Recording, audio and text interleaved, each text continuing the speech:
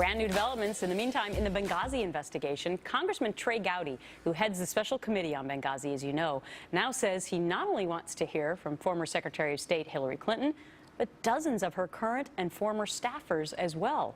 Joining me now, Stephen Sigmund, Senior Vice President of Global Strategy Group and a Democratic strategist, and David Avella, Chairman of GOPAC, a Republican group.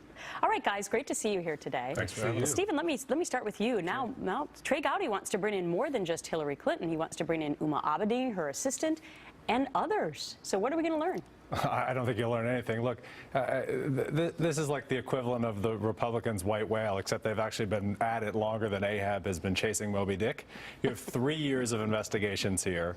You have dozens of hearings, tens of thousands of pages of reports, hundreds of millions in taxpayer money spent, and so far what you found is a Senate bipartisan select committee saying no wrongdoing and a Republican intelligence committee saying no wrongdoing. So I'm not sure why they're still at this, but, you know, maybe Trey Gowdy or David can explain it. Well, David, this will be different in the way in which they testify, though. Before, they were several of them together, and now it could be Hillary Clinton by herself, and now some of her aides who we haven't necessarily heard from before.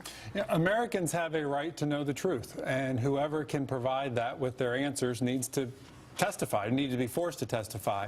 That said, look, from a political implication perspective, we are going to make the presidential race a tight one if our total focus is on, is Hillary Clinton a good person or a bad person? People have made their decisions and are going to vote accordingly.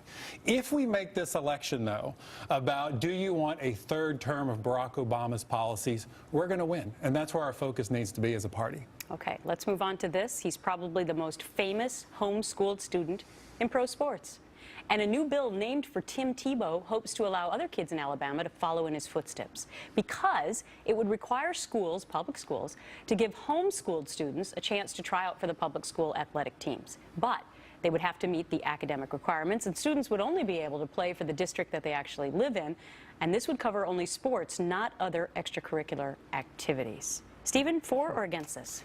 Look, it's a close call, but I'm against it ultimately. Look, I think the parents made a choice. They made a choice not to have their kids in these schools, and they're asking them to participate in the activities of these schools, but not in the academic life of these schools. Yeah, but that's because many of them feel that there's bias in schools in academics and maybe not on the field. There's other parents who made that same choice in private schools, for example, who also pay taxes.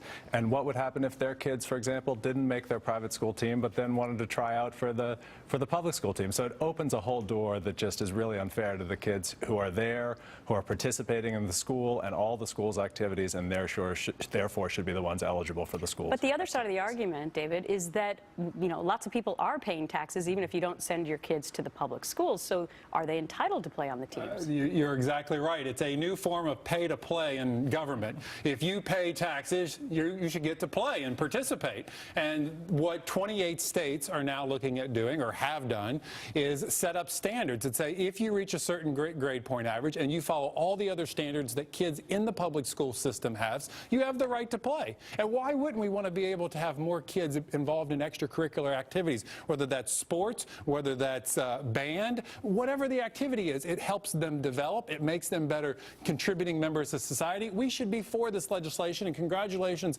to Alabama and the 27 other states that are putting legislation in to allow them to do that. All right, guys, I got to wrap it there.